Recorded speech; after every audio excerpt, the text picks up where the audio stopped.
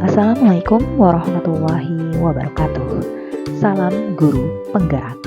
Perkenalkan, saya Murni, calon guru penggerak angkatan 10 dari SMA Citranusa Cibinong Bogor, Jawa Barat. Pada video kali ini, saya akan menunjukkan aksi nyata diseminasi tentang budaya positif. Selamat menyaksikan.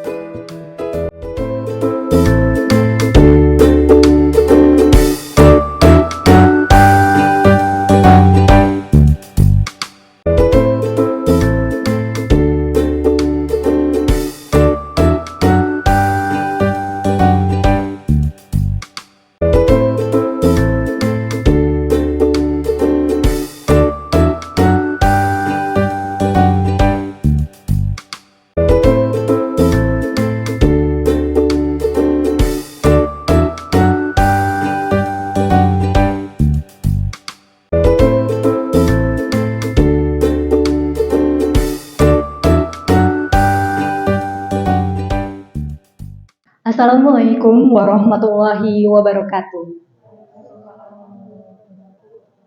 Selamat siang, salam sejahtera bagi kita semua.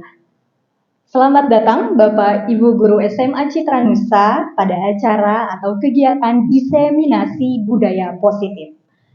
Bagaimana kabarnya hari ini Bapak Ibu Guru hebat SMA Citranusa? Luar biasa ya, walaupun tadi kita sudah ada kegiatan sehingga pasti cukup lelah. Tapi dengan semangat yang positif, pasti untuk kedepannya ya, untuk anak-anak melakukan budaya positif, jadi semua pasti tetap bahagia, tetap positif. Ya, sekali lagi kami mengucapkan terima kasih juga atas kehadiran Bapak Ibu semuanya, karena sudah meluangkan waktunya untuk mengikuti diseminasi hari ini, yakni diseminasi mengenai budaya positif dari CGP Angkatan ke-10.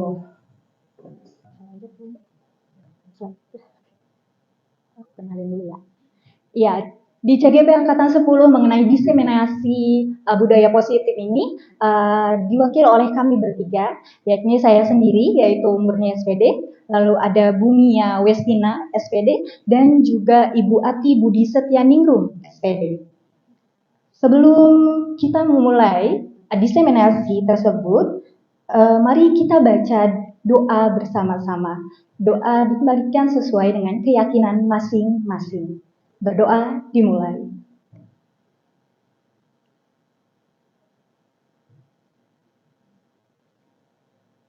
Amin.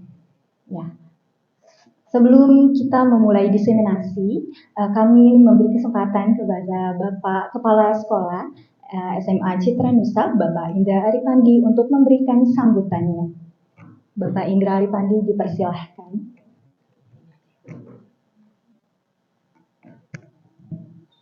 Bismillahirrahmanirrahim. Assalamualaikum warahmatullahi wabarakatuh.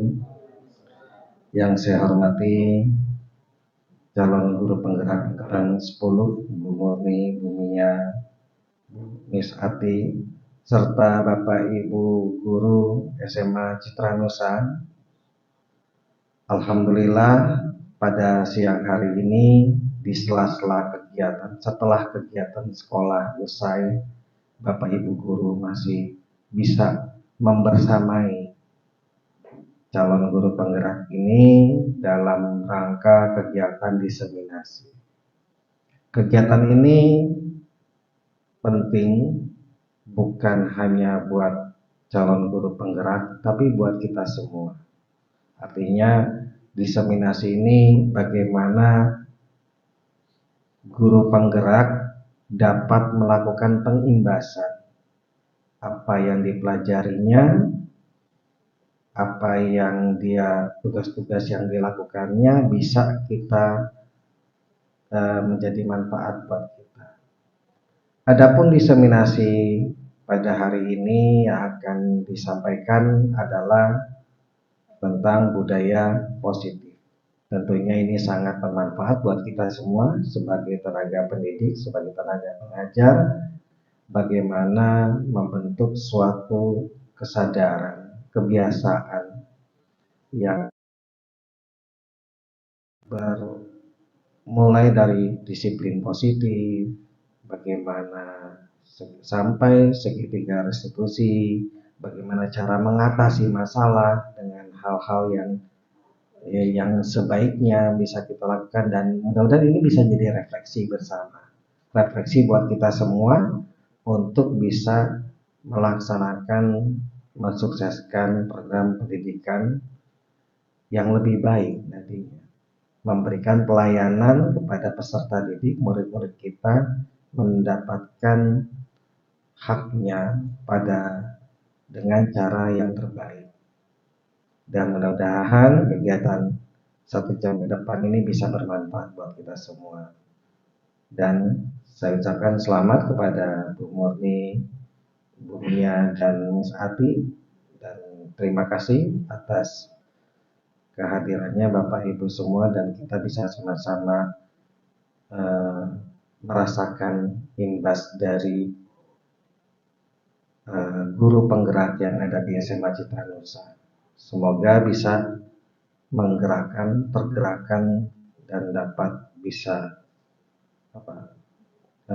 melakukan perubahan. Itu saja dari saya. Billahi taufiq wal hidayah. Assalamualaikum warahmatullahi wabarakatuh. Terima kasih Pak Indra atas sambutannya. Kita berlanjut ke tahapan berikutnya, yakni mengenai kegiatan atau susunan dari acara diseminasi tersebut. Ya, jadi dengan tema diseminasi tadi ada beberapa hal yang akan disampaikan dengan pemateri yang akan dibagi oleh kami bertiga. Tadi sudah melakukan pembukaan sambutan dari Pak Indra, dilanjutkan dengan penyampaian materi mengenai disiplin positif dan nilai-nilai kebajikan universal, ada teori motivasi, hukuman, penghargaan atau restitusi, lalu keyakinan kelas, kebutuhan dasar manusia dan dunia berkualitas, dilanjut dengan 5 posisi kontrol restitusi dan juga segitiga restitusi.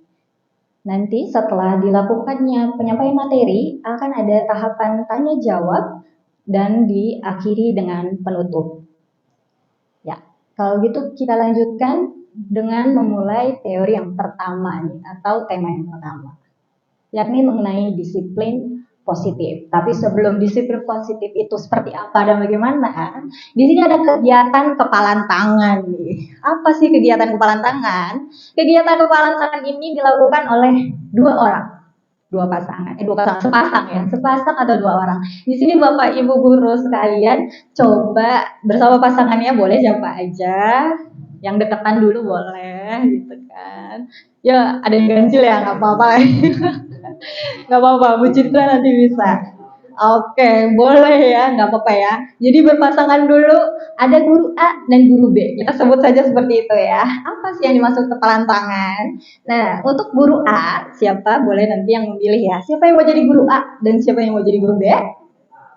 Oke, boleh. Nah, contohnya guru A, Pak Abi gitu ya. Oke. Nah, guru A, anggaplah di tangan kanannya ini diberikan rezeki yang besar atau suatu hal yang sangat berharga bagi dirinya. Entah kalau yang berharga harta benda boleh ya, emas berkilo-kilo gitu kan, atau yang paling berharga justru adalah keluarga atau apapun yang menurut Bapak Ibu berharga. Ketika hal yang berharga itu genggam di tangan Bapak dan Ibu, khususnya yang guru A tadi ya. Nah, ketika digenggam, nah guru B ngapain nih? Yang guru B silahkan lakukan segala usaha untuk merayu guru A memberikan hal berharganya.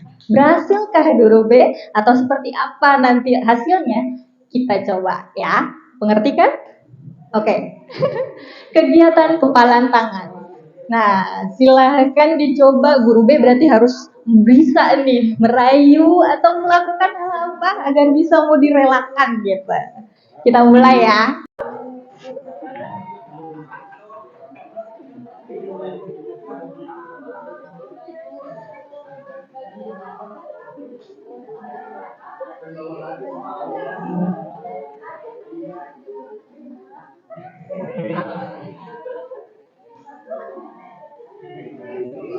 Ada yang berhasil nih, ada yang berhasil mengambilnya. Wah. Ada pasangan yang berhasil. Ada yang nggak berhasil? Nggak mau ya, ini nggak mau ya. Ini nggak mau. Oke, masih nih, masih bertahan.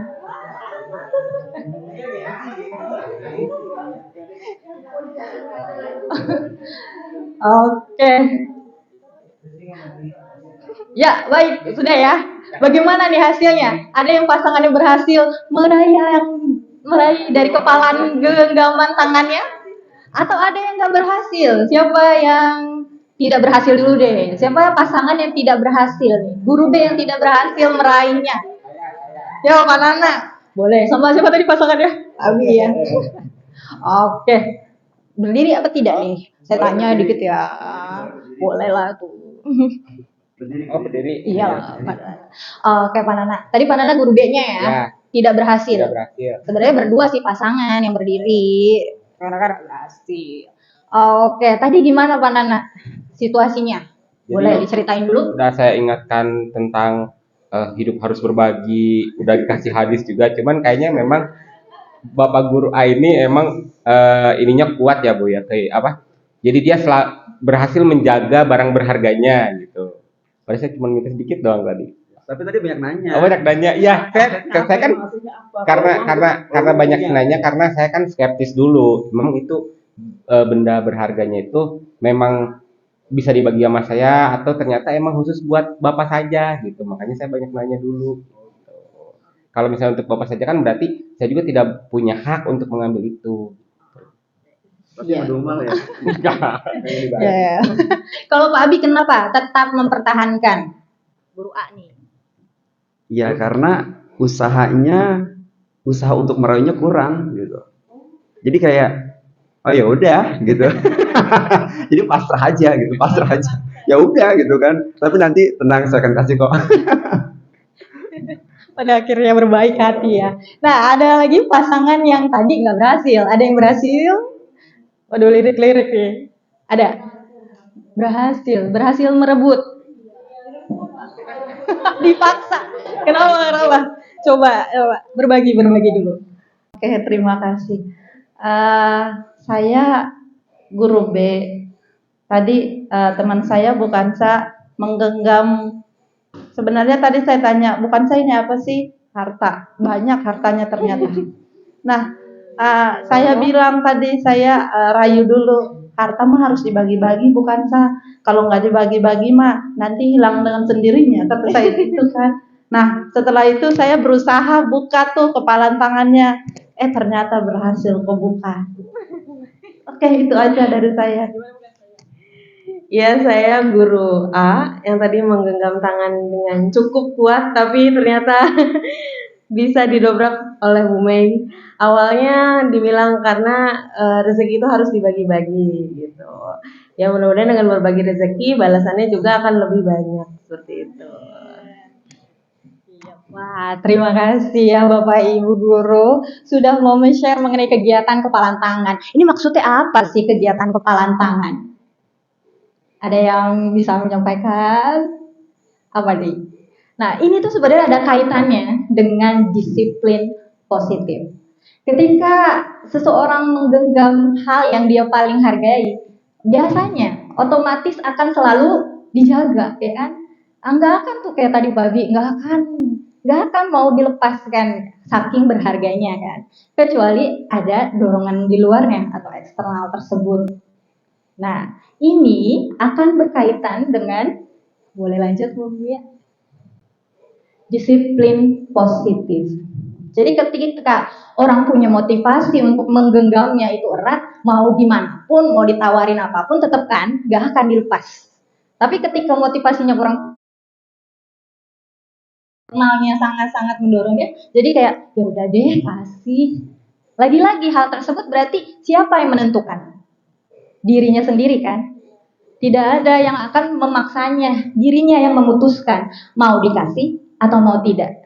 Pada akhirnya diri sendirilah yang menentukan tersebut. Ini berkaitan dengan disiplin positif yang akan lari ke disiplin diri. Apa sih disiplin positif? Menurut Ki Hajar Dewantara terlebih dahulu, Ki Hajar Dewantara mengatakan bahwa di mana ada kemerdekaan, disitulah harus ada disiplin yang kuat. Sungguh pun disiplin itu bersifat self-disiplin, yaitu kita sendiri yang mewajibkan kita dengan sekeras-kerasnya, tetapi itu sama saja.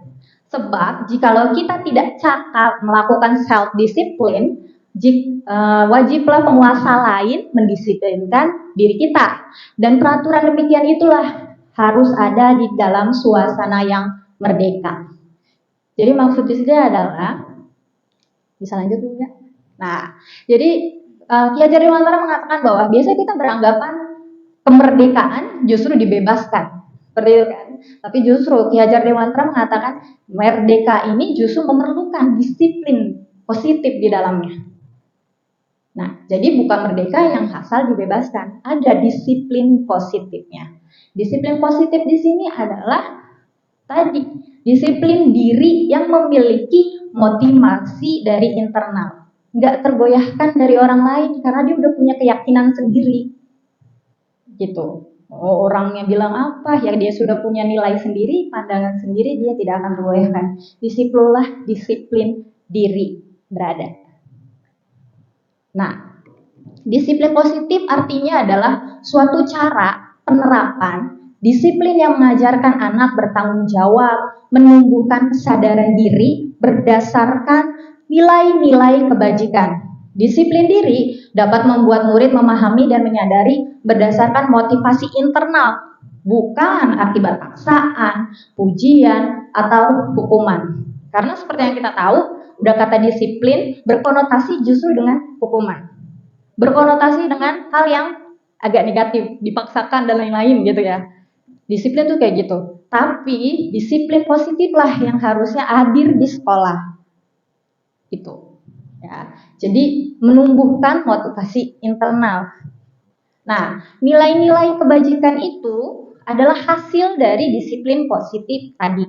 Ketika kita sekolah kita sudah menanamkan disiplin positif, nilai-nilai kebajikan akan muncul di dalamnya. Nilai-nilai kebajikan ini berkaitan dengan profil pelajar Pancasila. Semua nilai yang terbaik di Indonesia khususnya ini sudah diterapkan di 6 profil pelajar Pancasila, dari beriman bertakwa kepada Tuhan Yang Maha Esa dan berhak mulia, mandiri, bernalar kritis, berkebinekaan global, bergotong royong, dan kreatif. 6 ini merupakan nilai kebajikan yang dapat dihasilkan dari disiplin positif. Nah, sebenarnya saya bangga ya, SMA Citra Nusa alhamdulillahnya sudah punya pembiasaan-pembiasaan tersebut yang sebenarnya mengarah kepada disiplin positif. Meskipun tetap terus berkembang dan terus bisa diperbaiki. Beberapa kegiatan ini sudah sangat rutin pastinya dan Bapak Ibu sudah menjadi saksi untuk hal tersebut, menjadi budaya kita untuk menerapkan nilai-nilai kebajikan. Dari upacara yang setiap minggu ada, lalu ibadah ya, duha maupun yang Kristen juga ada kebaktian. Itu pun selalu rutin kita bangun. Lalu GLS 15 menit, mau yang membaca maupun menyampaikan presentasi. Terus juga ada KTI, KI yang setiap semesternya hadir, dan juga GLS berbagi. Sekaligus jumsih ya, itu juga sering ya dilakukan. Jadi ini sudah sangat rutin, sudah menjadi kebiasaan kita untuk bisa menumbuhkan nilai-nilai kebajikan dari profil pelajar Pancasila. Selain kegiatan ini, kita juga sebenarnya banyak banget kegiatannya.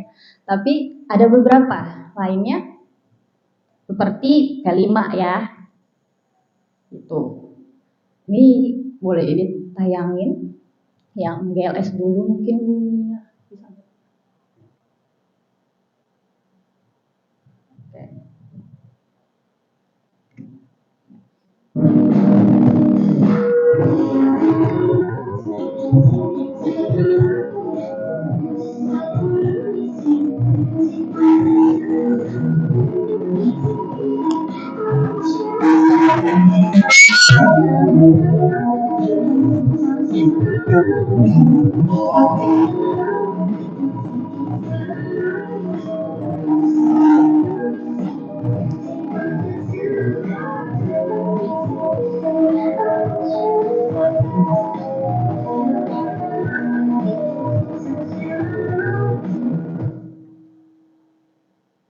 Dan video yang lainnya ini berkaitan dengan P5 yang terakhir ya, yang sudah kita lakukan terakhir.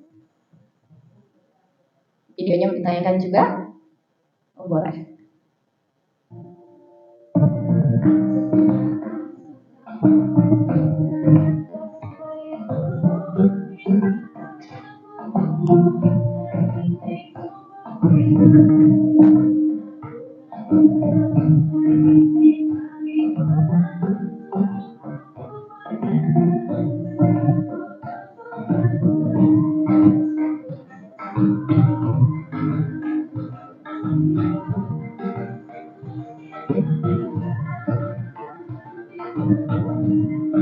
Ya, cukup. Enggak.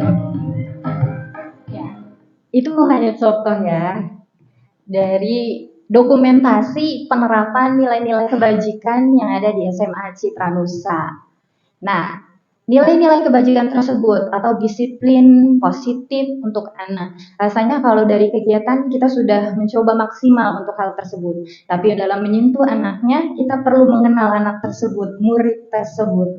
Nah, mengenal murid tersebut berarti kita harus tahu dulu motivasi yang ada dalam murid. Nah, di sini ada 3 teori motivasi perilaku manusia. Secara umum manusia, kita, nggak cuma murid sebenarnya, kita, murid, intinya manusia pasti punya motivasi dalam suatu hal. Punya tujuan, pasti ada motivasi yang timbul. Nah, 3 motivasi yang secara umum ada, itu ada pertama, untuk menghindari ketidaknyamanan alias hukuman. Motivasi yang pertama tuh. Motivasi yang kedua, itu tentang untuk mendapatkan imbalan atau penghargaan. Yang ketiga, untuk menjadi orang yang mereka inginkan dan menghargai diri sendiri dengan nilai-nilai yang mereka percayai. Dari 3 motivasi ini, paling mana yang banyak dirasakan oleh Bapak Ibu untuk melihat anak-anak kita? Atau Bapak Ibu sendiri deh, 3 motivasi ini mana yang paling mempengaruhi Bapak Ibu? Yang mana? Yang pertama, kedua, atau yang ketiga?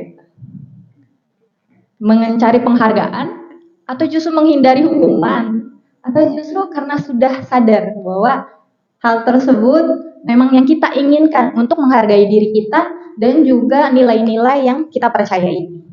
Yang mana? Ada? Bu Novi mungkin nih. Udah lirik-lirik. 1 dan 2. Ada yang mungkin yang ketiga? Dari ibu boleh atau dari siswa juga boleh? Dari ketiga. Oke, ini dari ibu. Udah yang ketiga.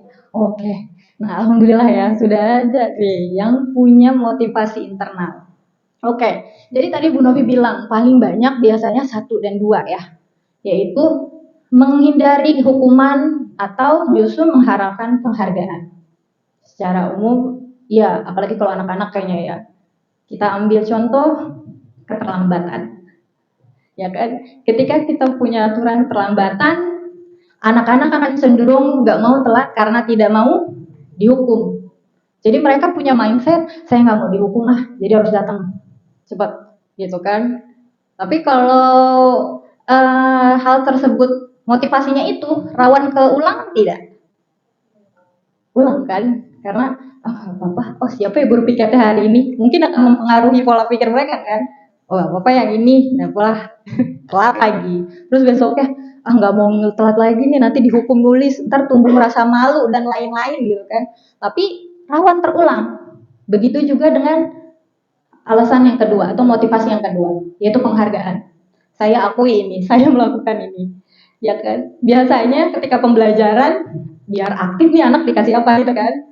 Saya selalu ngasih poin. Dan saya baru sadar ya setelah di pendidikan ini bahwa itu nggak efektif. Jadi ketika kita ngasih penghargaan ke anak, anak akan cenderung berpikir bahwa, saya harus dapat poin. Mau dapat poin, belajar karena itu.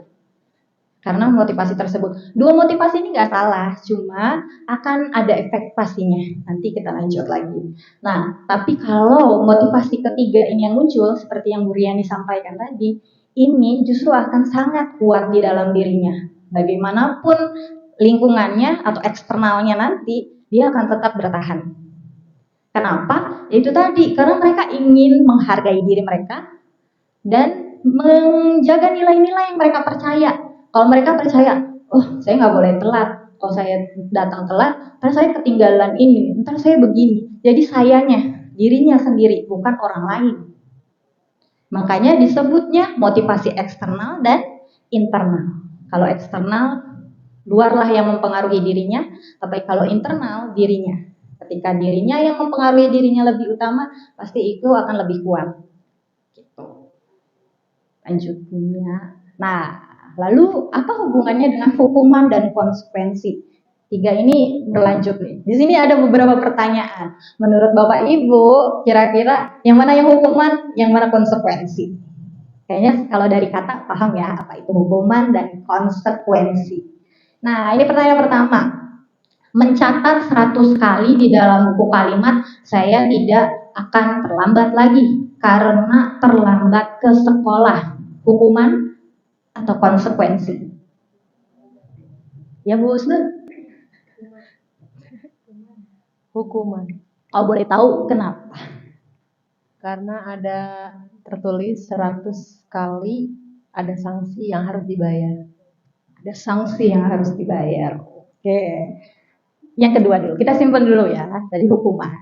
Yang kedua, lari mengelilingi lapangan basket 2 kali karena terlambat hadir di sekolah. Ini hukuman atau konsekuensi? Berbeda ini kali ini. Hukuman. Hukuman juga. Kalau boleh tahu alasannya apa, Bu? Sama kurang lebih karena ada sanksi yang diberikan. Lanjut. Yang ketiga, menggantikan kertas tugas teman yang telah dicoret-coret.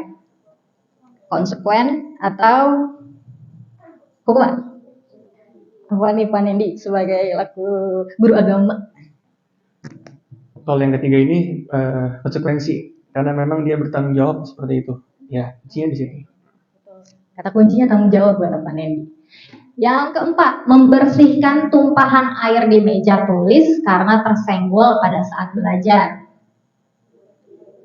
Oh ya, udah pada jago. Konsekuensi. Dan yang terakhir, lari mengelilingi lapangan basket 2 kali karena terlambat 10 menit untuk pelajaran PJOK. Apa Nana? Oh ini ada guru PJOK-nya. Biar kita tanya PJOK-nya. Apa Pak Asep?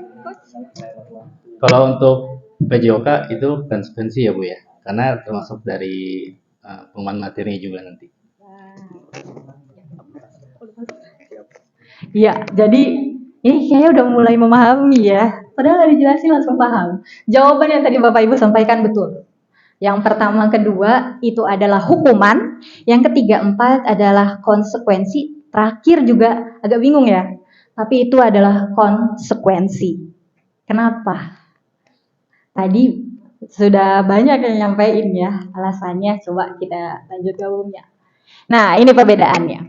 Hukuman dan konsekuensi. Hukuman, ya secara umum dia menyakiti yang harus terjadi. Jadi siswa, murid ya, ini secara lambat laun tersakiti kalau dihukum.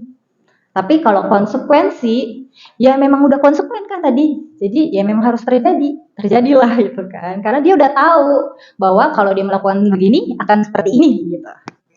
Yang berikutnya hukuman, ya. Ketika hukuman dipakai, otomatis anak-anak akan jadi benci disiplin. Kalau begini dihukum deh, gitu kan. Tapi kalau konsekuensi, karena dia sudah tahu duluan, jadi dia menghargai disiplin. Oh iya, karena saya udah tahu kalau saya begini, saya akan seperti ini. Jadi dia lebih menghargai hal disiplin tersebut. Selanjutnya adalah kalau hukuman dipaksa, kalau konsekuen ada stimulus tanggapan. Balik lagi tadi, biasanya hukuman itu kan spontan ya.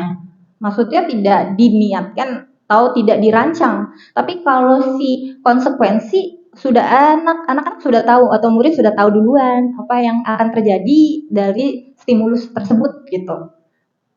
Selanjutnya mendorong anak menyakiti diri sendiri. Ya tadi karena dia terpaksa, karena nggak tahu atau karena terjadinya hukuman tersebut, dia kan jadi agak minder atau jadi malu atau jadi apa hingga bisa berpengaruh ke diri dia sendiri. Entah itu menyakiti secara halus atau bahkan secara kasar.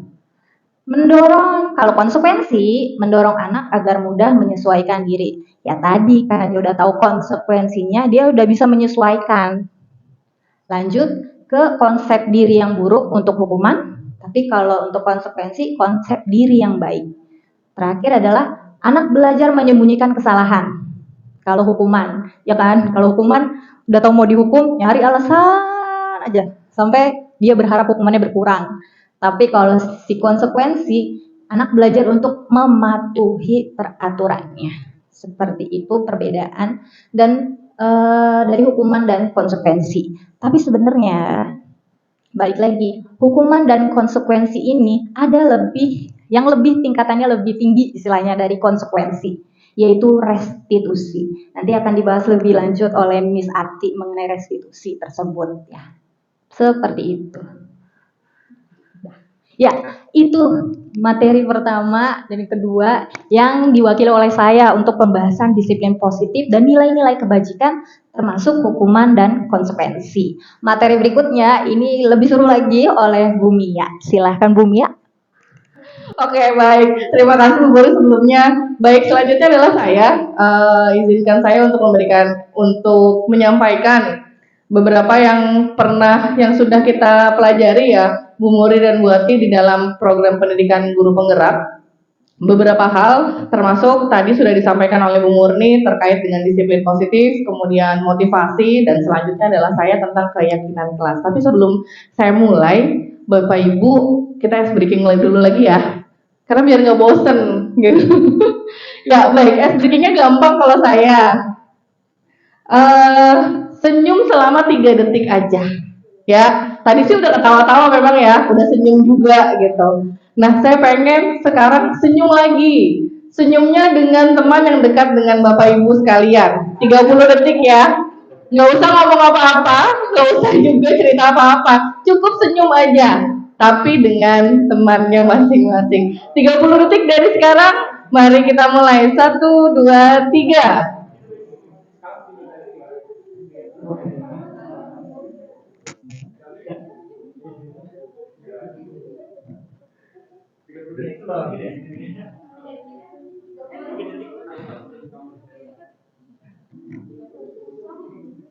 Oke, udah 30 detik. Terima kasih Bapak Ibu. Tadi udah ketawa-tawa di awal sama Bu Murni, kemudian serius lagi. Sekarang senyum lagi. Jadi gitu. Jadi biar santai atau enjoy gitu ya. Nggak terlalu serius-serius banget. Baik, next.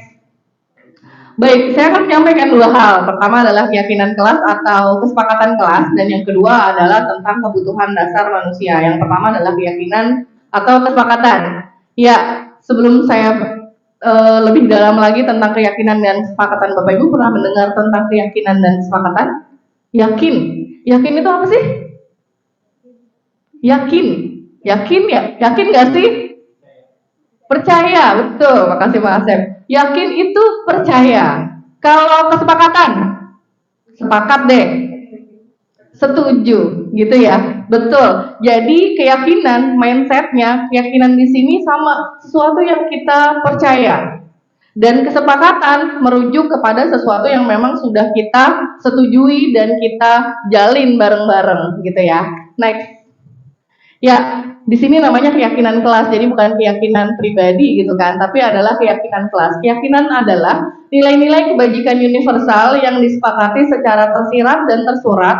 Keyakinan akan memotivasi seseorang dari dalam. Tadi sudah disampaikan sama Bu Murni bahwa memang untuk memiliki disiplin positif kita harus punya disiplin diri dulu ya gitu kan, dan itu baiknya memang munculnya dari internal atau motivasi intrinsik gitu kan. Sama, keyakinan pun juga termasuk sebagai motivasi yang datangnya dari dalam atau intrinsik. Di sini merujuk kepada yakin berarti percaya terhadap nilai-nilai kebajikan universal.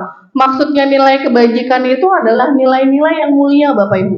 Nilai-nilai mulia yang kita percaya, yang itu baik untuk masa depan murid kita dan kita di masa yang akan datang. Kayak gitu. Jadi nilai kebajikan itu adalah sesuatu atau nilai-nilai yang kita percaya dan nilai itu sangat mulia kayak gitu. Dan itu akan berdampak baik untuk di masa yang akan datang bagi murid-murid kita dan kita. Jadi kita percaya terhadap nilai tersebut yang disepakati tersirat dan tersurat, dan keyakinan tersebut bisa memotivasi diri atau murid dari dalam. Seperti itu. Jadi konsepnya keyakinan itu adalah sesuatu yang kita percayai. Mempercayai terhadap apa? Mempercayai terhadap nilai-nilai yang mulia, seperti itu. Next. Mengapa keyakinan kelas bukan peraturan? Mungkin kita sering dengarnya peraturan ya. Ada peraturan di kelas, ada peraturan. Tapi di dalam materi ini gitu kan, itu kita mengarahkan kepada jangan peraturan, tapi adalah keyakinan kelas gitu. Bukan tata tertib, tapi adalah sesuatu yang kita percaya bersama kepada nilai-nilai kebajikan atau nilai-nilai yang tadi saya bilang mulia.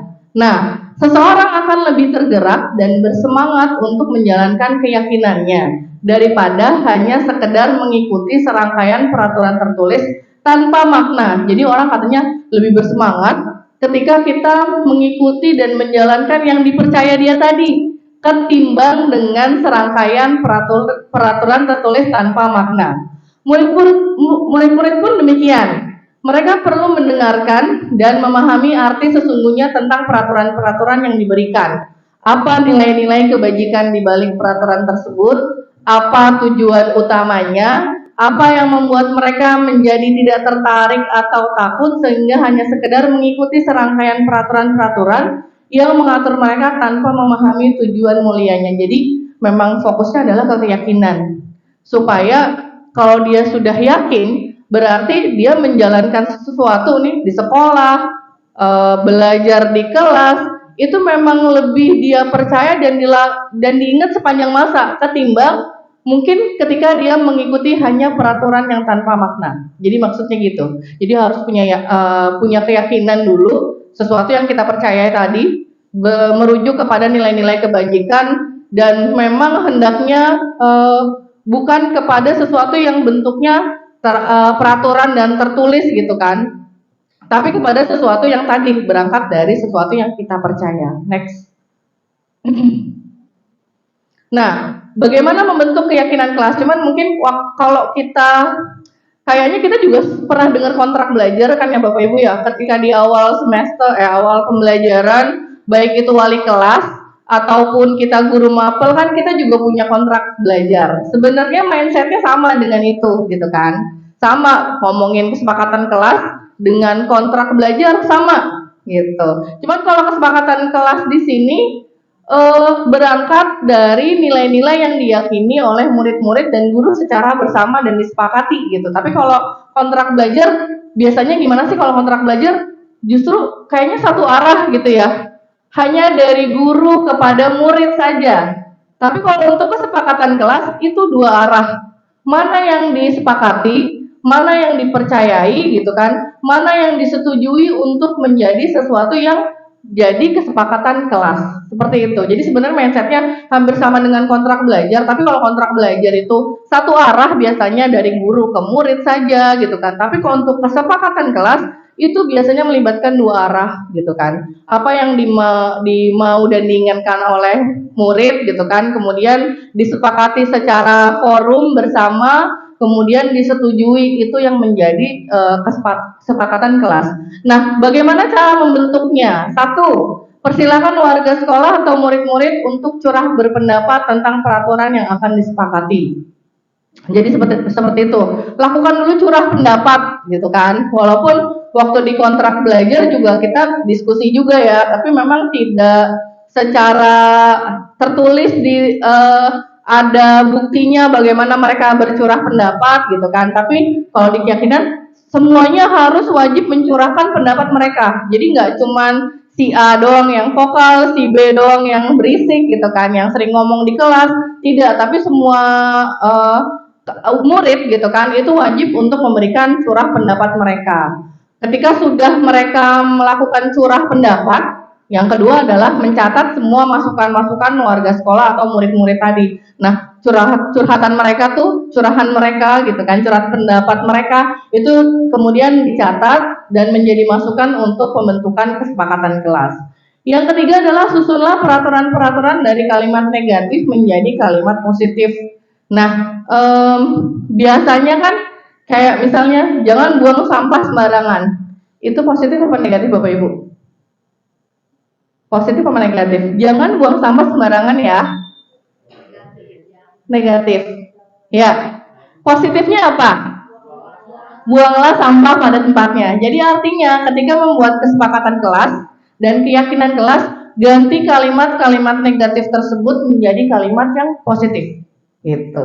Jangan lagi misalnya jangan tidur di kelas, jangan mainan handphone di kelas gitu kan. Jadi diganti menjadi kalimat-kalimat yang positif. Jadi untuk membentuk kesepakatan kelas itu pergunakan kalimat-kalimat positif yang membangun. Kemudian yang keempat, tinjau ulang curah pendapat, kesepakatan yang telah disusun, kemudian mempersilahkan warga sekolah atau murid untuk menyetujui dan menandatangani keyakinan sekolah dan kelas. Jadi kalau udah memang sudah tersusun, mereka sudah melakukan curah pendapat, kemudian kita susun gitu kan. Kemudian kita tinjau ulang apakah ada pendapat yang kelewat gitu kan. Apakah ada curah pendapat yang memang tidak sesuai dengan kesepakatan bersama. Jadi ditinjau ulang, kemudian mempersilahkan warga atau warga sekolah dan murid untuk menyetujui dan menandatangani keyakinan kelas atau sekolah tersebut. Dan yang terakhir adalah keyakinan sekolah atau kelas bisa diletakkan di tempat yang mudah dilihat. Jadi kalau udah kita buat kesepakatannya, baiknya memang dipajang Bapak Ibu. Dan itu tidak hanya di buku ya, kalau di buku itu nggak kelihatan, yang lihat cuma dia doang.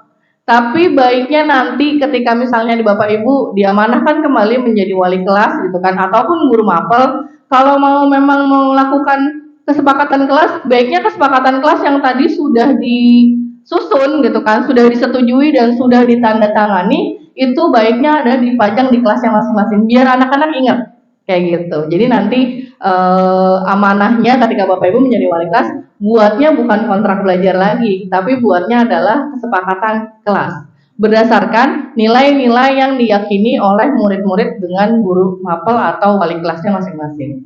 Next, Bu. Nah, saya coba kemarin keyakinan kelas di kelas 11A4. Kebetulan karena saya juga bukan wali kelas ya gitu, tapi saya ingin coba gimana ya nerapin keyakinan kelas dan kesepakatan kelas gitu kan. Kemudian saya sisipkan di mata pelajaran saya gitu. Nah, kebetulan saya pas banget waktu itu terakhir materinya adalah integrasi sosial.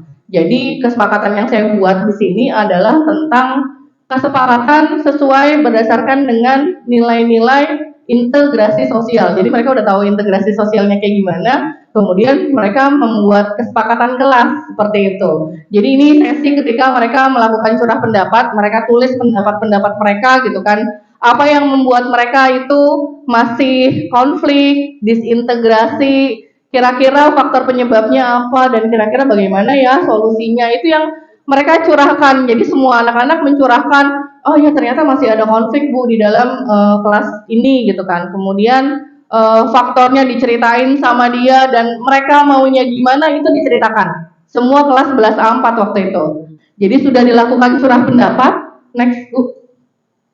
Kemudian kegiatannya saya catat dan disusun menjadi kalimat peraturan yang positif gitu kan. Ini ada kalimat peraturan, kemudian saya ganti menjadi kalimat yang positif. Jadi yang tadinya itu saling banyak mereka bilang faktor penyebabnya itu banyak yang saling fitnah, tidak menghargai satu sama lain gitu kan. Akhirnya bentuk satu kalimat yang positifnya ya itu adalah saling menghargai, saling memahami, jalan bareng lagi, saling support gitu kan. Kemudian saling berbuat baik dengan yang lain, saling mendengarkan macam-macam gitu kan.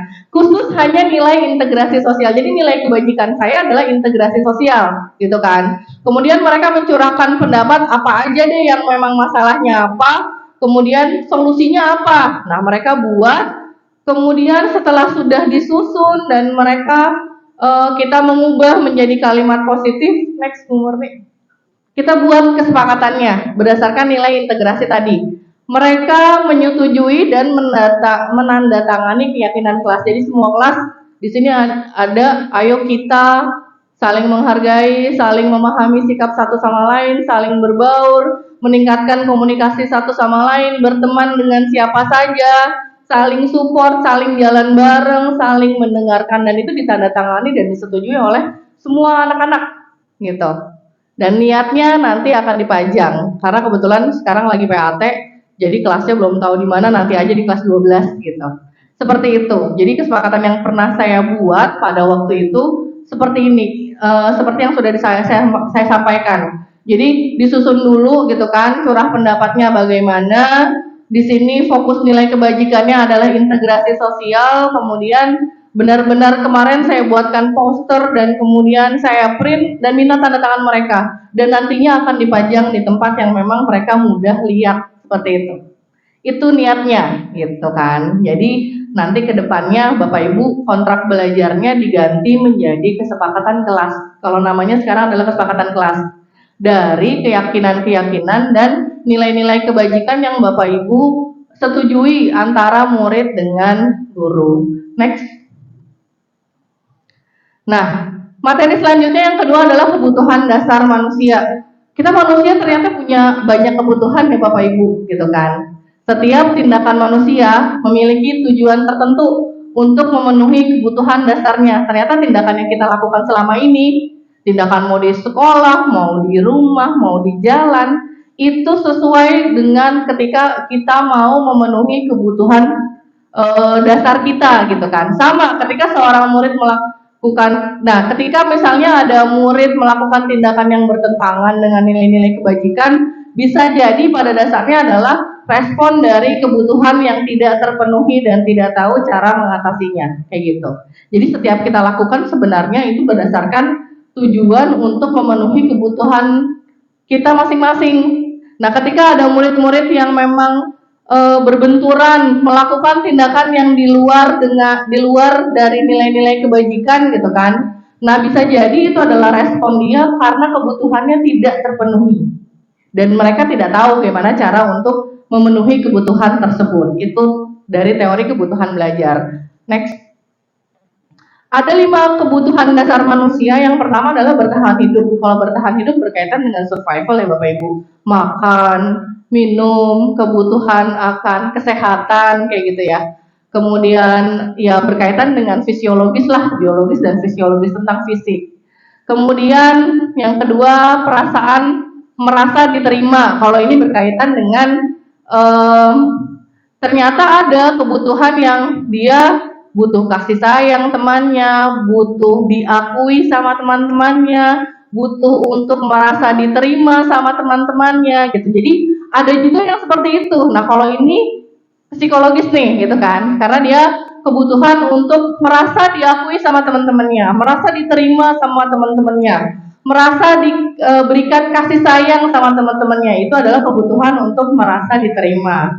Yang ketiga adalah kebutuhan kebebasan. Kalau kebebasan ini adalah kebutuhan ketika dia dibebaskan dengan pilihan-pilihannya dia gitu kan. Dia bebas melakukan sesuatu yang emang dia suka, dia bebas memilih, dia bebas menentukan jalan hidupnya dia gitu kan. Nah, kalau kebebasan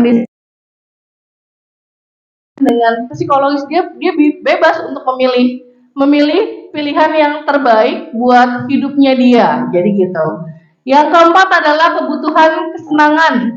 Kalau ini berkaitan ketika misalnya ya anak-anak atau murid atau kita sendiri deh kadang suka misalnya shopping atau misalnya jalan-jalan gitu kan. Ketika misalnya anak-anak lagi istirahat gitu. Welcome to Mobile Legends. Itu sebenarnya juga memenuhi kebutuhan mereka akan kesenangan Bapak Ibu gitu. Jadi kebutuhan ternyata kita sebagai manusia juga sama dengan murid-murid, kita punya waktu dan kesempatan untuk memenuhi kebutuhan kesenangan kita. Dan yang terakhir adalah penguasaan. Kalau penguasaan di sini maksudnya bukan kekuasaan ya, tapi kebutuhan ketika apa yang kita miliki gitu, misalnya keterampilan, pengetahuan gitu, itu bisa diakui sama orang lain gitu kan, bisa dihargai sama orang lain Seperti itu. Jadi kalau penguasaan bukan kita menguasai orang, tapi ketika kita bisa melakukan sesuatu gitu kan, entah pengetahuan, entah keterampilan, kemudian orang lain menghargai kemampuan kita, itu namanya kebutuhan akan penguasaan. Jadi sebenarnya ada 5 dasar kebutuhan manusia yang paling di tengah-tengah itu semua memang adalah yang bertahan hidup, karena bertahan hidup itu adalah kebutuhan fisiologis ya kan, biologis. Tapi yang lainnya, merasa diterima, kemudian kebebasan, kesenangan, penguasaan, itu adalah kebutuhan psikologis. Tapi memang betul semua tindakan yang kita lakukan berdasarkan dengan kebutuhan ini. Termasuk saya hadir di sini gitu kan, saya datang diseminasi, kita buat diseminasi ya gitu kan. Kemudian sebenarnya bisa aja mungkin yang sederhana aja, yang mudah, tapi kayaknya sayang ya Bu Murniwati kalau kita nggak bikinnya secara resmi gitu kan. Nah ini memenuhi kebutuhan saya akan penguasaan, bahwa pengetahuan yang sudah kita punya kayaknya perlu deh ya kita berikan kepada teman-teman, dan teman-teman tahu bahwa memang selama pendidikan guru penggerak itu kita udah dapat apa aja ya, udah dapat ini. Nah seperti itu. Jadi saya hadir ke sini pun membuat diseminasi itu juga berdasarkan atas kebutuhan penguasaan. Nah implementasi yang pernah saya lakukan berkaitan dengan kebutuhan dasar ini, next, Wati. Ya, ketika waktu itu saya melakukan segitiga restitusi dengan Desta. Desta ini kan salah satu anak yang ketika saya dapat laporan bahwa dia tidak mengerjakan tugas KTI, bertiga sebenarnya gitu kan, cuman dia nggak diikut sertakan, namanya nggak ada sampai terakhir karya tulis ilmiah. Sempat saya lakukan segitiga restitusi kemarin dan saya gali kenapa sih, masalahnya apa gitu kan. Nah yang terlepas dari itu semua gitu kan, alasan dari Desta tersebut sebenarnya dia udah pernah mencoba menanyakan kepada temannya gitu kan, nanya, kemudian menjalin komunikasi dengan 2 orang yang lainnya gitu, tapi dia merasa bahwa dicuekin Bu saya gitu, saya dicuekin. Kemudian saya di awal ya, bukan akhir-akhir, di awal-awal ketika dia nanya itu nggak ditanggepin gitu kan. Nah ternyata hal itu yang memang mungkin aja gara-gara hal tersebut, akhirnya dari situ dia bablas ngerjain sampai bab 5 selesai gitu kan. Kenapa? Karena kebutuhan dia tentang merasa diterima dengan teman-temannya itu tidak terpenuhi gitu. Jadi yang saya analisa, oh ternyata dia butuh ya pengakuan gitu kan, dia butuh untuk dihargai dan diterima dengan kelompoknya gitu kan, walaupun mungkin di awal dia cuek gitu kan, tapi berusaha untuk menjalin komunikasi dengan 2 teman yang lain. Ketika menjalin komunikasi dia dicuekin, nggak digubris gitu kan, kemudian dihiraukan, maka yang terjadi akhirnya sampai selesai juga dia nggak bareng-bareng lagi sama teman-temannya, karena seperti itu, kebutuhan merasa diterima dengan temannya itu tidak dipenuhi oleh diri dia. Sampai terakhir pun juga gimana nih solusinya, saya akan membuat KTI sendiri Bu, bareng sama Adi waktu itu kan. Kenapa kamu kok yakin bisa nih gitu kan, bisa selesai gitu kan. Yakin Bu gitu kan, saya ingin menunjukkan bahwa saya bisa tanpa mereka gitu kan. Jadi ada 2 kebutuhan lain gitu kan, ketika yang di awal kebutuhan merasa diterima, yang berlanjut ketika dia pengen menunjukkan bahwa saya juga bisa, itu adalah kebutuhan penguasaan. Dia pengen membuktikan ke teman-temannya kalau dia juga bisa melakukan atau membuat karya tulis ilmiah tanpa mereka. Itu Bapak Ibu. Jadi sekali lagi tentang keyakinan kelas dan kebutuhan dasar manusia ya, saya resum lagi bahwa segala sesuatu gitu kan yang kita lakukan gitu kan, baik itu hal-hal positif, disiplin positif, ataupun ketika nanti kita membuat kesepakatan kelas, yang paling utama adalah berangkat dari sebuah keyakinan dulu, sesuatu yang kita percaya dulu. Yang kita percaya itu apa? Yaitu adalah nilai-nilai kebajikan tadi.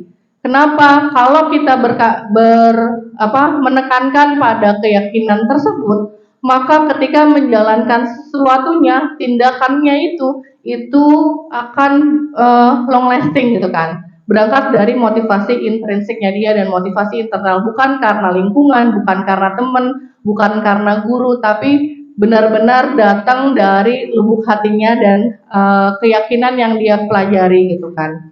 Sama tentang kebutuhan belajar, kita juga sebenarnya harus skeptis juga terhadap anak-anak yang ini kenapa sih kok begini gitu kan. Jangan-jangan bisa jadi adalah kebutuhan dia ada yang memang tidak terpenuhi. Seperti itu. Jadi itu saja yang bisa saya sampaikan. Selanjutnya ada 2 materi lagi dari Bu Ati. Mangga Bu Ati. Oke, Bapak Ibu, lanjut ke materi selanjutnya. 2 lagi ya, 2 materi lagi Bapak Ibu. Saya di sini akan membagi praktik saya juga tentang kedua materi ini. Materi yang pertama adalah 5 posisi kontrol guru. Sebenarnya ini kita sudah pernah melakukan hal-hal seperti ini. Cuma mungkin istilah-istilahnya yang baru dengar ya. Yang pertama, di sini ada 5 posisi kontrol guru. Yang pertama adalah penghukum. Bapak Ibu ya, ada penghukum. Nah, penghukum ini biasanya dia hanya satu arah komunikasinya. Dia percaya bahwa masalah akan selesai pakai versi dia sendiri, pakai gaya dia sendiri. Nanti ada contohnya ya untuk kalimatnya. Lalu yang kedua ada pembuat merasa bersalah.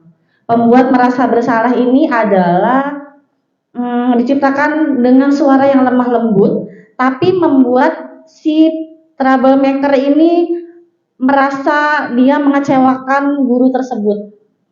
Ya, itu adalah pembuat merasa bersalah. Yang ketiga ada manajer. Nah, manajer ini adalah guru memfasilitasi murid dengan cara berdiskusi, apa sih masalah kamu? Kenapa sih kamu kayak gini gitu. Solusi, kita juga menanyakan solusinya pada mereka.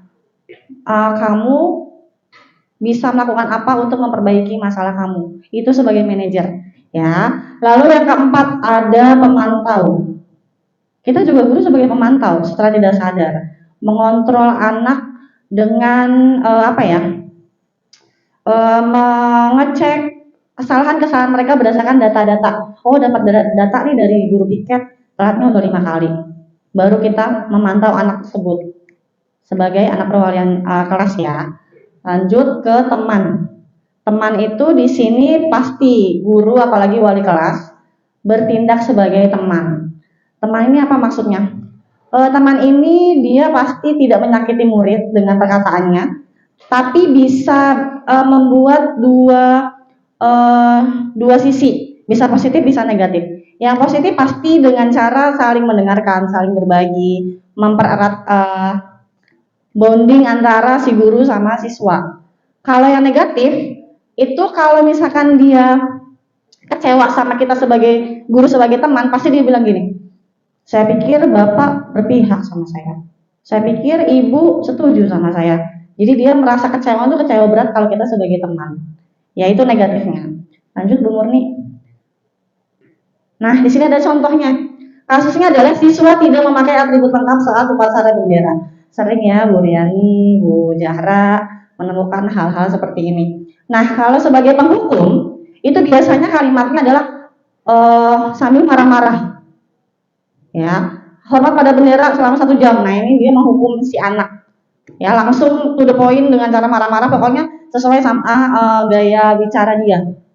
Lalu yang kedua sebagai pembuat merasa bersalah. Ini ketika si gurunya kecewa sama muridnya, itu dia bilang, berapa kali ibu harus beritahu kamu selalu mengecewakan ibu, kamu gak kasihan sama ibu. Nah, di situ ada kalimat-kalimat yang bikin si pembuat masalah ini merasa, oh saya mengecewakan ibu jadinya ya, jadi dia merasa merasa mengecewakan si ibu tersebut gitu. Lanjut Bu. Lalu yang ketiga ada sebagai teman. Nah, ini dia kalimatnya sharing aja sama murid, pakai bahasa murid gitu ya. Ayo dong bantu ibu sekali ini aja. Ya udah nggak apa-apa, jangan sampai berbuat seperti ini lagi ya. Jadi dia mempererat bonding antara guru sama murid gitu. Pakai bahasa-bahasa yang kira-kira relate sama anak-anak. Nah, lalu yang keempat ada pemantau. Nah, pemantau ini kalimatnya seperti ini. Kamu sudah melanggar aturan sekolah, kamu tahu konsekuensinya. Setelah upacara kamu beri atribut atau koperasi dan jangan diulangi lagi. Jadi dia sesuai sama aturan yang sudah ada, sesuai sama data-data yang sudah ada. Itu sebagai pemantau. Lanjut Bu Mia. Yang terakhir sebagai manajer. Nah, manajer ini apa ya? Dia ini kan tadi memfasilitasi diskusi dengan memberikan solusi. Apakah kamu tahu kesalahan kamu? Jadi jangan langsung ngejudge kamu begini gara-gara begini ya. Nah, kayak gitu ya. Jadi apakah kamu tahu kesalahan kamu? Kira-kira bagaimana kamu memperbaiki kesalahan kamu? Nah, situ kita berdiskusi sama anak, nyari solusi. Kira-kira kamu nih nextnya akan gimana ya supaya tidak terulang lagi. Itu sebagai manajer. Lanjut Bu Mia. Nah, ini posisi kontrol apakah aku? Kita bisa lihat Bapak Ibu. Yang pertama, saya kecewa sekali dengan kamu. Nah, kira-kira posisi kontrolnya apa nih Bapak Ibu? Apa? Pembuat merasa bersalah. Saya kecewa sekali dengan kamu. Yang lain ada? Setuju? Kenapa Bu? Tidak setuju Bu Husnul? Bu Husnul setuju pembuat merasa bersalah atau ada yang lain Bu Husnul? Hukuman? Berarti hukuman apa? Penghukum? Penghukum.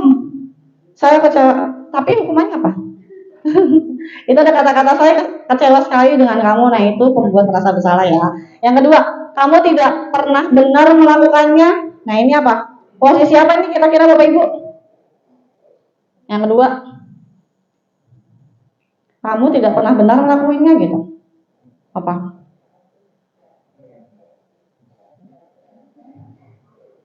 Apa? Pembuat merasa bersalah.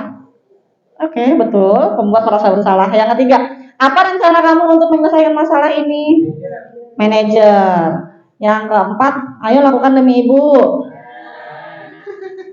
Teman, baik, benar teman. Yang terakhir, kamu tidak akan dapat nilai jika kamu tidak mengerjakan tugas. Penghukum, oke, benar ya Bapak Ibu. Lanjut Bu Mia. Oke, segitiga restitusi. Lanjut ke materi selanjutnya. Segitiga restitusi ini adalah istilah yang saya juga baru dapat dari pendidikan guru penggerak. Mungkin Bapak Ibu juga pasti pernah melakukannya, cuma ini loh istilah baru namanya segitiga restitusi. Segitiga restitusi adalah suatu proses dialog yang dijalankan guru atau orang tua agar dapat menghasilkan murid yang mandiri dan bertanggung jawab.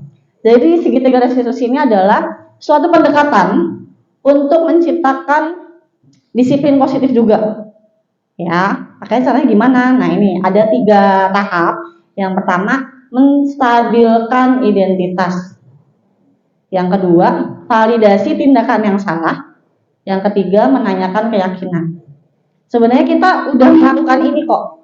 Kalau kita panggil anak, kita ajak ngobrol, itu termasuk ke segitiga restitusi. Cuma mungkin tahapannya belum terlalu detail, Bapak Ibu. Lanjut.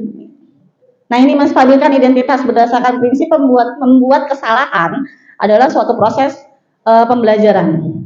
Kalimatnya adalah berbuat salah itu wajar, tidak ada manusia yang sempurna. Ibu juga pernah berbuat salah seperti itu. Jadi ketika anak atau murid melakukan kesalahan, saya juga pernah menerapkan ini kepada Kamil. Pada saat itu dia terlambatnya sering.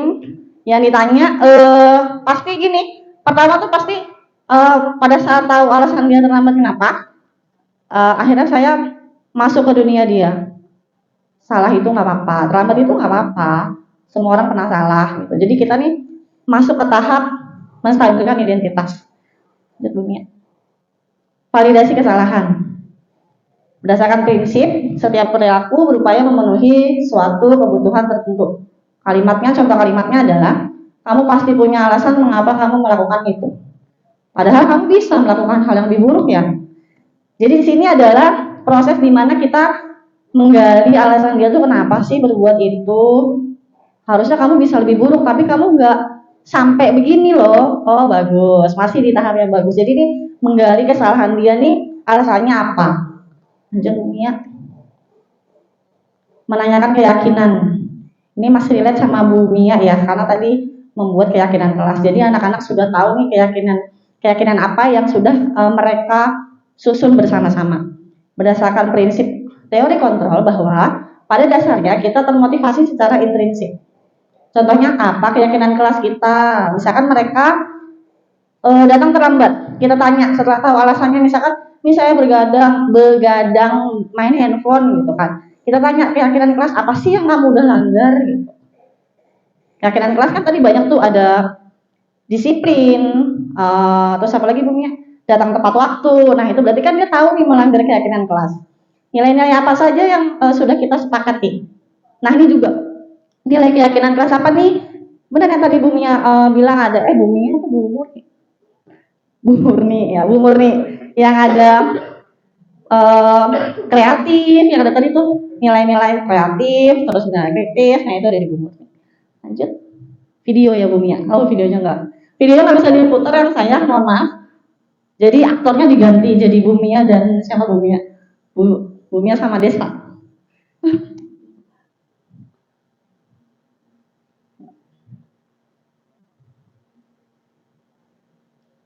Sebenarnya ada 2 kasus, satu kasus terlambat, satu yang masalah Desta tadi.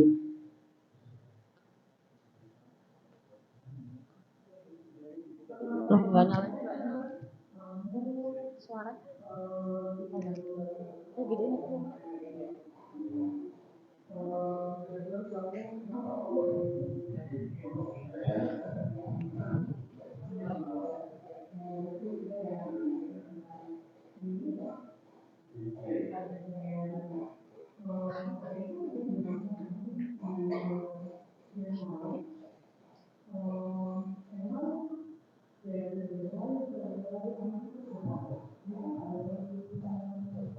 Halo.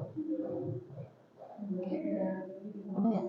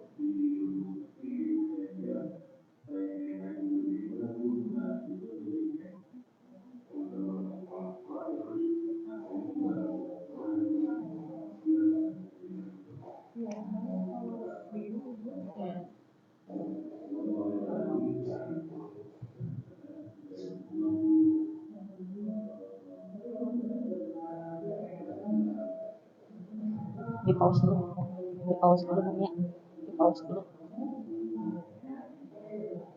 Nah di situ tadi ada kata kalimat dari Bumia. Jadi Bumia ini masuk ke dunia Desta. Oh jadi dia dengerin dulu nih si Desta ngomong apa. Jadi dia berpihak dulu nih sama Desta. Oh jadi kamu tuh seperti itu ya.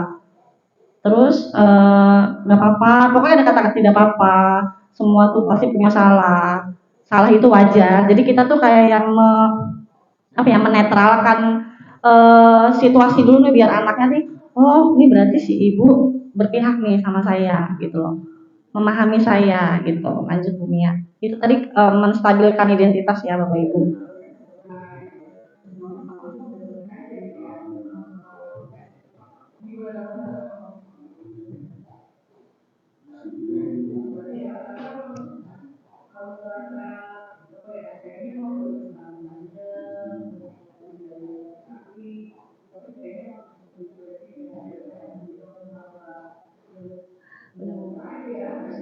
Di pause.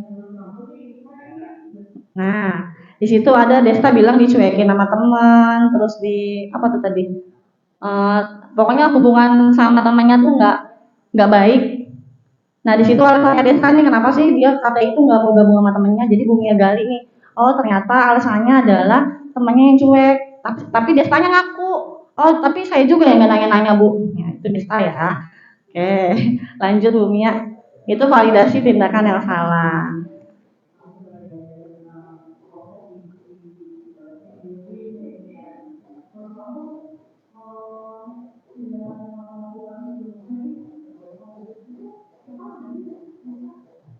Nah, Bumia di sini menyadarkan Desta, tindakan kamu nih sebenarnya ada yang salah nggak sih? Jadi Desta biar berpikir juga nih, oh berarti ini saya salah, saya harus apa? Lanjut ke menanyakan keyakinan. Menanyakan keyakinan ini bilang Bu Mianya, nilai-nilai keyakinan apa sih yang kamu langgar? Berarti tidak saling menghargai. Tidak saling gotong royong sesama teman ya, tidak ada komunikasi. Itu aja sih Bu Mia. Oke, sampai di sini sebelum menutup kembali lagi ke Bu Murni, saya punya sedikit senam jari. Kuncinya adalah dengarkan instruksi. Ya, dengarkan instruksi. Jadi biar connect antara telinga dan jari-jari kita. Dengarkan instruksi ya, kuncinya. Ini jempol. Yang ini telunjuk. Dan yang ini kelingking. Ini jempol, yang ini telunjuk, dan yang ini kelingking. Ini? Mana benar. Oke. Lagi? Masih connect mana? Lagi ulang. Dengarkan instruksi. Ini jempol, yang ini telunjuk, dan yang ini kelingking. Ini jempol, yang ini telunjuk, dan yang ini kelingking. Dan yang ini? Alhamdulillah connect. Sambil dimakan Bapak Ibu ya cemilannya. Enggak, kembali lagi ke Bu. Jangan semangat lagi kan. Ya udah, beri tepuk tangan dulu buat kita semua ya, udah makin sore. Tapi alhamdulillah semua materi sudah diberikan. Sebelum kita ke tahap penutup nih, ada sesi tanya jawab. Mungkin ada 1 atau 2 pertanyaan yang ingin ditanyakan dari Bapak Ibu di sini. Boleh dipersilahkan.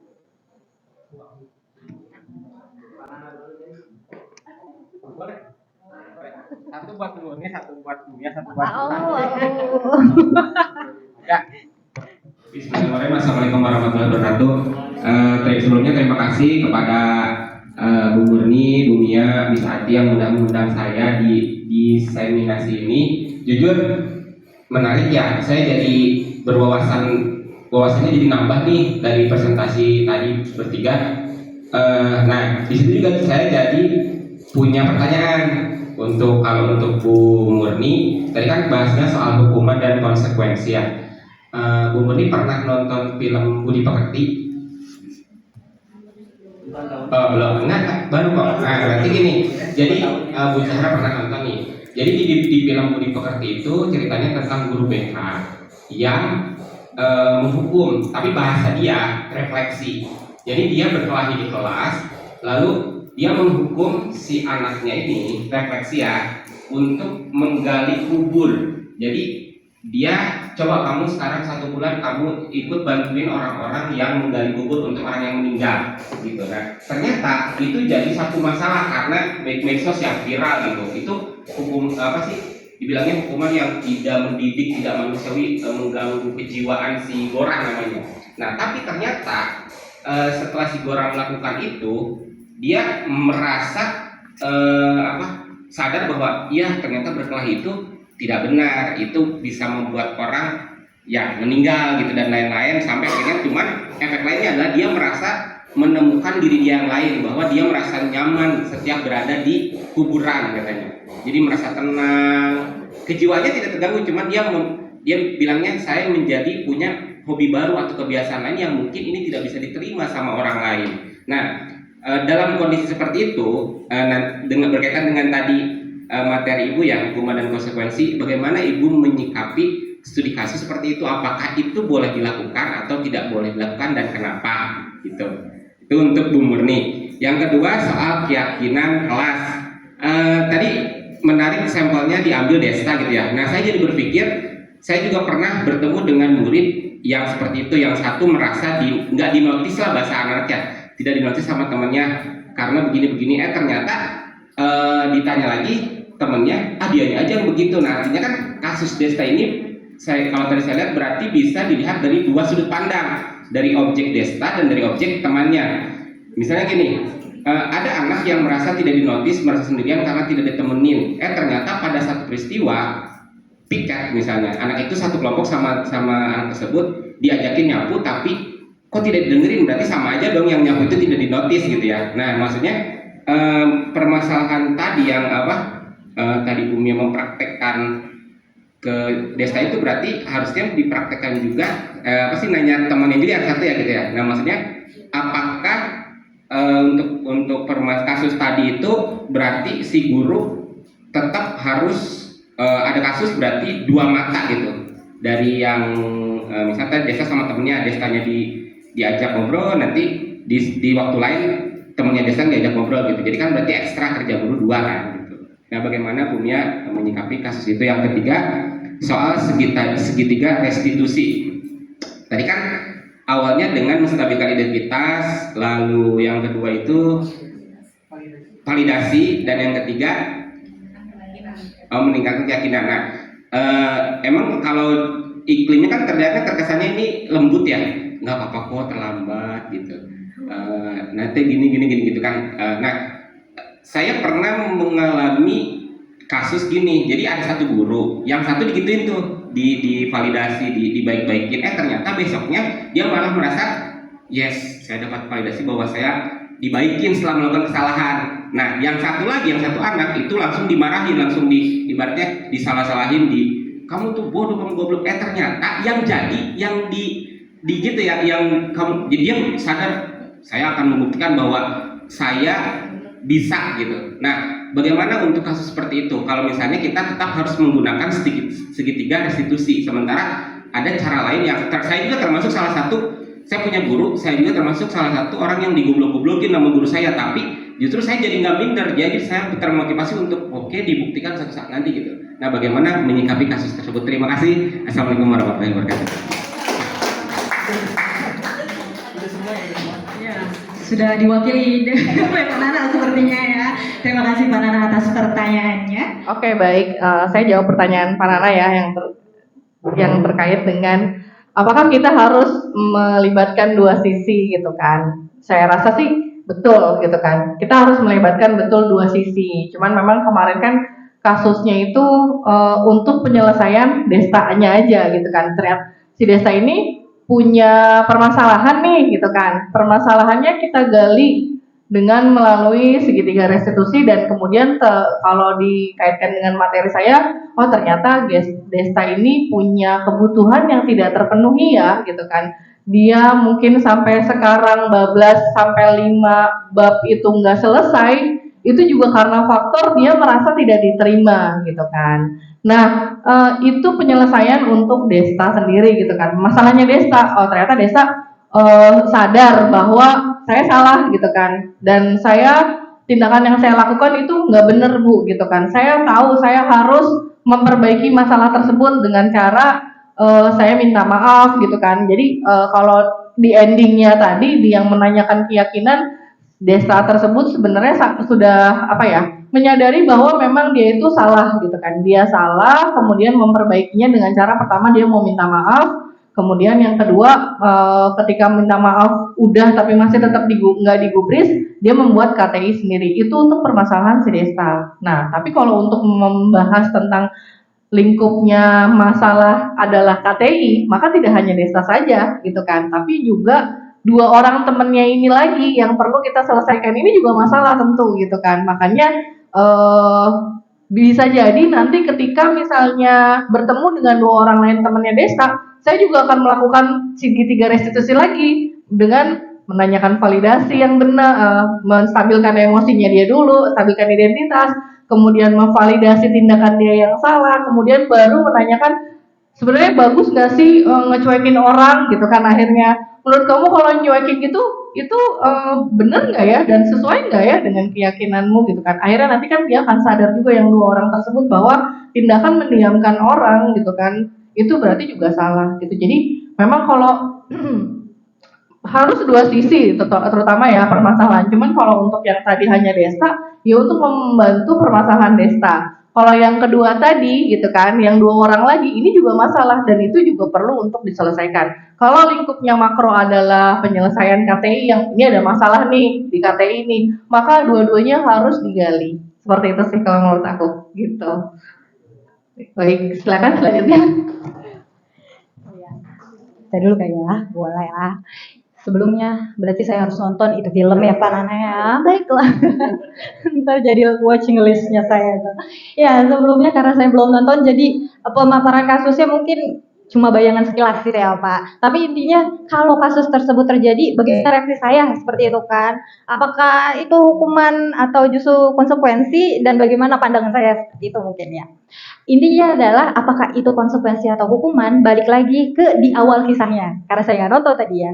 Jadi jika di awal antara dua orang tersebut ya guru dan muridnya memang udah ada kesepakatan tadi ya ini ya itu akhirnya kan jadi konsekuensi dan anak tersebut entah efeknya bagaimana alhamdulillahnya positif ya walaupun berhubungan jadi viral istilahnya karena sudut pandang orang beda-beda dalam menanggapinya tapi kan di sini adalah dua orang tersebut bukan eksternalnya ya jadi kalau si anak tersebut memang merasakannya dampaknya positif walaupun kesan kuburan itu bagaimana tapi konsekuensi jadinya kecuali tadi ya salah satu hukuman itu kan pembedanya adalah menyakiti si anak kalau hasil dari apa yang dilakukan guru tersebut justru berdampak negatif dan beneran ke mentalnya dia seperti yang orang-orang pikirkan itu hukuman tapi karena anaknya tidak merasakan hal tersebut saya rasa itu jadi konsekuensi dan malah hal yang memang diwajarkan lah untuk bisa dilakukan. Tapi lagi-lagi ya, dampak dari konsekuensi atau hukuman atau hal lain itu akan tergantung dengan kasusnya dan tergantung dengan pribadi anaknya lagi. Jadi memang segala hal yang tadi kita sampaikan ini hanya teoretis yang memang harus kita praktikkan tapi juga fleksibel terhadap hal keadaannya. Itu menurut saya Pak Nana. Ya, selanjutnya mungkin bisa dia. Pak Nana. Terima kasih. Iya, terima kasih atas tanggapan dan pertanyaannya ya. Sebenarnya sempat tadi diskusi juga sama Bu Mia dan Bu Murni. Segitiga restitusi ini memang diperuntukkan untuk semua kasus. Dan pasti sebenarnya tadi nggak dimunculin juga di video. Jadi di akhir video itu kayak nanya konsekuensinya tahu kan gitu. Jadi kita nih yakinin murid juga kalau setiap permasalahan tuh pasti ada konsekuensinya. Gitu kan. Terus habis itu untuk segitiga restitusi, tadi Pak Nana bilang ada dua murid yang satu dengan cara halus, yang kedua dengan cara kasar atau dengan model penghukum gitu. Kalau misalkan, ini menurut saya Pak Nana, semoga Pak Nana tidak puas dengan jawaban saya, jadi Pak Nana mencari lagi dengan jawaban-jawaban yang lain. Kalau menurut saya, dengan cara penghukum, dengan posisi penghukum di segitiga restitusi ini kurang tepat. Satu, karena jika dia menghukum atau dengan kalimat misalkan marah-marah dengan segala sesuatu yang di otak dia dikeluarkan kepada si murid tersebut, itu yang diingat oleh murid tersebut adalah negatifnya, atau yang diingat tuh cuma apa tadi bunyinya lupa. Yang penghukum itu yang diingat itu adalah apa sih tadi yang Bu Murni lupa. Bukan yang imbalan, bukan yang penghargaan, yang pertama tadi Bu Murni, yang motivasi menghindari hukuman. Nah itu hanya diingat cuma ini kalau saya seperti ini saya akan dimarahin sama Pak Nana, cuma itu doang yang diingat. Jadi tidak timbul motivasi intrinsik dalam diri dia sendiri. Kalau misalkan saya kalau datangnya terlambat memang saya yang rugi gitu. Jadi bukan yang diingat bukan nanti diomelin Pak Nana, enggak gitu Pak Nana. Jadi biar motivasi intrinsik dia tuh muncul dengan diri dia sendiri. Itu aja Pak Nana, semoga tidak puas. Terima kasih.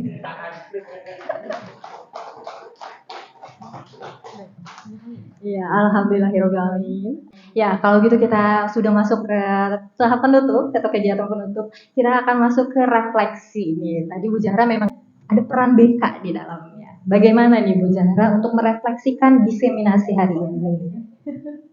Silahkan. Terima kasih Bu Murni, Bu Mia, dan Bu Santi. Dari keseluruhan yang sudah disampaikan kepada kita semua tentang berbagai macam materi sangat bermanfaat untuk guru pribadi gitu ya. Bagaimana kita bisa meningkatkan soft skill kita sebagai seorang guru untuk diterapkan kepada murid-murid kita yang secara nggak langsung itu anak kita juga di sekolah yang harus kita didik sepenuh hati dengan berbagai macam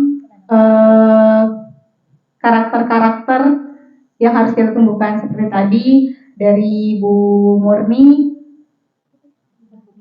berbagai macam motivasi, terus dari Bu Mia keyakinan kelas, terus dari Miss Ati juga tentang segitiga restitusi gitu, itu sangat menambah wawasan kita semua sebagai seorang guru dan wajib bisa kita cerminkan kepada semua murid kita. Mungkin itu saja yang bisa saya sampaikan. Terima kasih. Assalamualaikum warahmatullahi wabarakatuh. Baik, terima kasih ya Bu Zahra selaku guru BK kita di SMA Citra Nusa. Ya, itu merupakan refleksi salah satu akhir dari kegiatan diseminasi hari ini.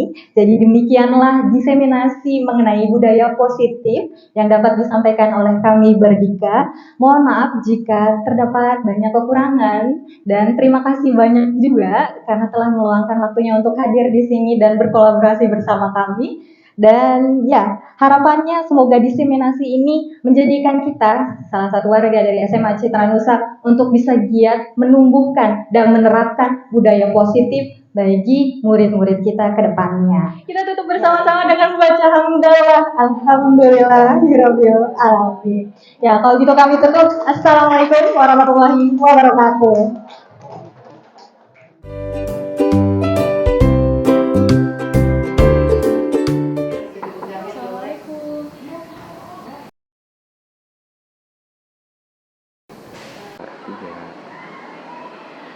Kamu tahu tidak kenapa ibu memanggil kamu ke sini? Karena saya ketahuan nyontek kan, Bu. Betul, Nak. Memang kronologinya seperti apa sih? Iya, Bu. Sebelumnya saya minta maaf. Jadi saya bawa catatan kecil pas ujian, terus ketahuan sama pengawas ujiannya. Seperti itu ceritanya. Ibu yakin si siswa tidak ada yang sempurna. Kamu sudah baik mau mengakui kesalahan kamu dan sudah meminta maaf atas apa yang kamu lakukan. Iya, Bu. Saya minta maaf ya. Memangnya kenapa sih kamu sampai berani untuk melakukan hal tersebut, yakni mencontoh? Saya ngerasa kalau pelajaran itu susah, Bu. Saya juga nggak paham sama materinya, makanya saya berani buat membawa catatan kecil pas ujian. Menurut kamu tindakan itu benar atau salah? Salah, Bu. Saya jadi nggak jujur pas ngerjain ujiannya. Untuk ujian selanjutnya nih, agar kesalahanmu dalam mencontek tidak terulang, kira-kira apa yang akan kamu lakukan? Saya akan belajar lebih giat lagi, terus nggak malu buat nanya sama guru mapel kalau saya nggak ngerti sama pelajarannya, Bu. Bagus. Guru-guru pasti akan dengan senang hati membantu kamu. Iya, Ibu. Terima kasih ya. Baik, karena kamu sudah menyadarinya, sekarang kamu boleh kembali ke kelas ya. Terima kasih, Bu. Sama-sama. Assalamualaikum. Waalaikumsalam. Halo, perkenalkan, saya Sakuliani Lesmana dari kelas 11 S4. Setelah saya berbicara dengan Bu Murni, saya menyadari bahwa menyontek bukanlah perilaku terpuji. Maka dari itu, belajar dan pahami materi pembelajaran sebelum ujian datang agar tidak menyontek lagi. Terima kasih, Bu Murni.